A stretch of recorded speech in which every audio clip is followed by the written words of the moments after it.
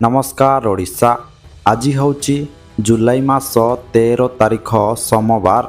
आउ राज्य रे मौसुमी वर्षा को नहीं आज पाणीपाग विभाग तरफरु बड़ सूचना आसीछि। तेबे भिडियोटी आरंभ करने पूर्वरु छोट गोटे रिक्वेस्ट, जदि आपण एपर्यंत आम चैनल को सब्सक्राइब करनाहांती ताहेले एबे ही सब्सक्राइब करी बेल आइकन को ऑन करी रखंतु, जहा फଳରେ प्रतिदिनर सठिक पाणीपाग अपडेट सर्वप्रथमे पाई पारिबे। आजि ठारू ओडिशा रे पाणीपाग पुणी थरे सक्रिय हेबा सह गांगेय पश्चिम बंग और संलग्न बांग्लादेश उपरे सक्रिय थिबा घूर्णिबलयर प्रभाव रे आगामी किछि दिन धरी प्रबल वर्षा हेबार संभावना रहिछि। पाणीपाग विशेषज्ञों आकलन अनुसार आसंता 4 दिन पर्यंत राज्य में वर्षार प्रभाव जारी रहिबो एवं आज ठारू वर्षार परिमाण आहुरी बढ़ी पारे। आज किंबा 14 तारिख बेलू उत्तर ओडिशा झारखंड निकटरे एक घूर्णिबलय सृष्टि होई पारे, जार प्रभाव रे 15 तारिख बेलू उत्तर पश्चिम बंगोपसागर रे एक नुआ लघुचाप सृष्टि हेबार संभावना रहिछि। एही संभाव्य लघुचाप प्रभाव रे आज ठारू 15 तारिख मध्यरे राज्यर अनेक स्थान रे भल वर्षा होई पारे एवं विशेषकरी उत्तर और पश्चिम अंचल रे वर्षार परिमाण अधिक रही पारे। एहा छड़ा 15 रु 19 तारिख मध्यरे बंगोपसागर रे आउ एक नुआ लघुचाप सृष्टि हेबार संभावना थिबारु पाणीपाग परिस्थिति आहुरी सक्रिय रही पारे। अन्यपटे देशर बड़ अंचल रे मेघर परिमाण कम रहिथिबा सह एल निनोर प्रभाव वृद्धि पाउथिबारु आगामी दिनर पाणीपाग स्थिति को नहीं पाणीपाग विशेषज्ञ माने नजर रखिचंते। अन्यपटे भुवनेश्वर स्थित आंचलिक पाणीपाग विज्ञान केन्द्र पक्षरु आज पाई गुरुत्वपूर्ण सूचना मिली। आज राज्यर 20टी जिले में हालुकारु मध्यम धरणर वर्षा सह बिजुली घड़घड़ी पाई येलो वार्निंग जारी होईछि। ता सहित 11टी जिले में प्रबल गुळुगुळी पाई येलो वार्निंग दिया जाइछि एवं बाकी 10टी जिले में पाणीपाग स्वाभाविक रहिबो बोली सूचना दिया जाइछि। तेबे दर्शक बंधु, आज राज्यर केउ केउ जिला को सतर्क सूचना जारी करा जाइछि।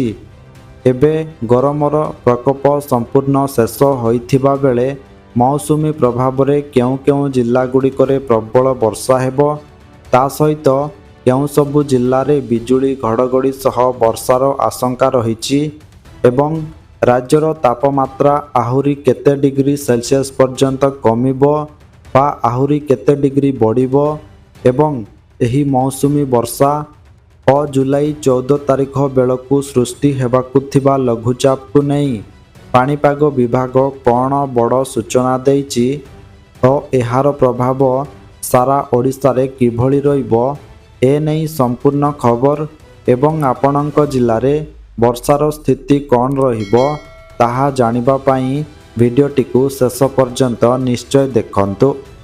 तेबे चलंतु डेरी न करी आजिर पाणीपाग अपडेट उपरे नजर पकाई नेबा। ओडिशा पाणीपाग को नहीं आसीगला एक बड़ एवं गुरुत्वपूर्ण सूचना। भुवनेश्वर आंचलिक पाणीपाग केन्द्र तरफरु मिलितिबा सूचना अनुसार आगामी 24 घंटा मध्यरे राज्य रे एका संगे 2टी भिन्न पाणीपागर प्रभाव देखिबाकू मिलिबो। जुलाई 13 तारिख सकाळ अर्थात आज सकाळ 8टारू नहीं जुलाई 14 तारिख सकाळ 8टा पर्यंत सारा राज्य पाई सतर्क सूचना जारी करा जाइछि। राज्यर समस्त उपकूलवर्ती एवं आखपाख जिल्ला रे दिन सारा प्रबल गरम सहित भीषण गुळुगुळी परिस्थिति लगी रहिबो। एथिपाई पाणीपाग विभाग तरफरु बालेश्वर, भद्रक, जाजपुर, केन्द्रापड़ा, जगतसिंहपुर, कटक, खोर्धा, पुरी, नयागढ़, गंजाम एवं गजपति समेत 11ଟି ଜିଲ୍ଲା ପାଇଁ ସ୍ପେଶାଲ ୟେଲୋ ୱାର୍ଣ୍ଣିଂ ଜାରି କରାଯାଇଛି। ଏହି ସବୁ ଅଞ୍ଚଳରେ ଲୋକମାନେ ଗରମ ଯୋଗୁଁ ଅସ୍ତବ୍ୟସ୍ତ ହୋଇପାରନ୍ତି।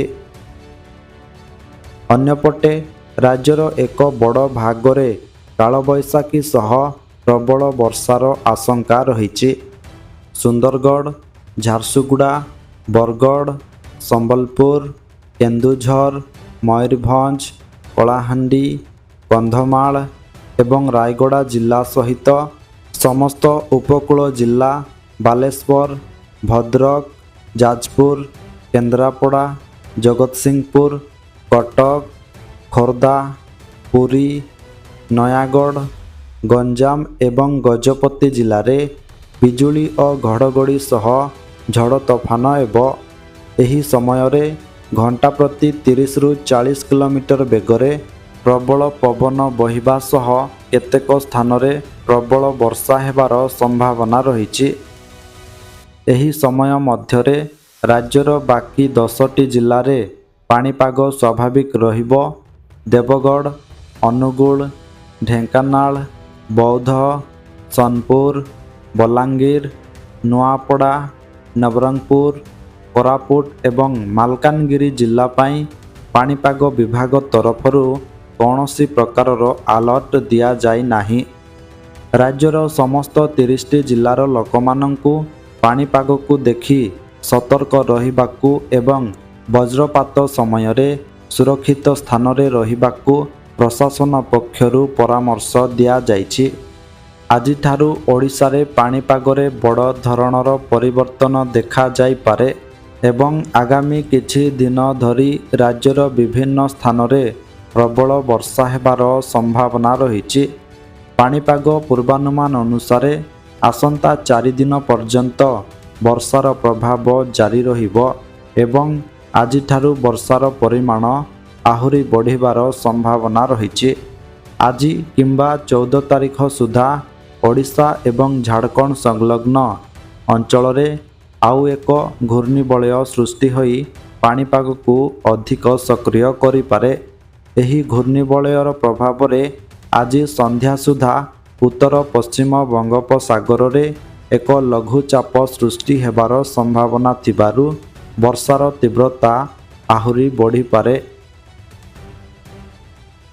ତେବେ ଦର୍ଶକ ବନ୍ଧୁ, ଏହା ଥିଲା ଆଜିର ସମ୍ପୂର୍ଣ୍ଣ ପାଣିପାଗ ଅପଡେଟ୍।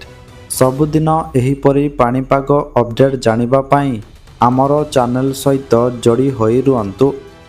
ଆଉ ଆପଣ କେଉଁ ଜିଲ୍ଲାରୁ ଏହି ଭିଡ଼ିଓ ଦେଖୁଛନ୍ତି ଏବଂ ଆପଣଙ୍କ ଜିଲ୍ଲାରେ ତାତି ଓ କାଳବୈଶାଖୀର ପ୍ରଭାବ ତା ସହିତ ମୌସୁମୀ ବର୍ଷାର ପ୍ରଭାବ କିଭଳି ରହିଛି କମେଣ୍ଟ ବକ୍ସରେ ନିଶ୍ଚୟ ଜଣାନ୍ତୁ। ଭିଡ଼ିଓକୁ ଗୋଟେ ଲାଇକ୍ କରିବା ସହିତ ଅନ୍ୟମାନଙ୍କ ସହିତ ମଧ୍ୟ ସେୟାର କରନ୍ତୁ, ଯାହାଫଳରେ ସମସ୍ତେ ସଠିକ୍ ପାଣିପାଗ ସୂଚନା ପାଇପାରିବେ। ଆସନ୍ତାକାଲି ପୁଣି ଦେଖାହେବ ଏକ ନୂଆ ପାଣିପାଗ ଅପଡେଟ୍ ସହିତ। ସେ ପର୍ଯ୍ୟନ୍ତ ବିଦାୟ ଦିଅନ୍ତୁ।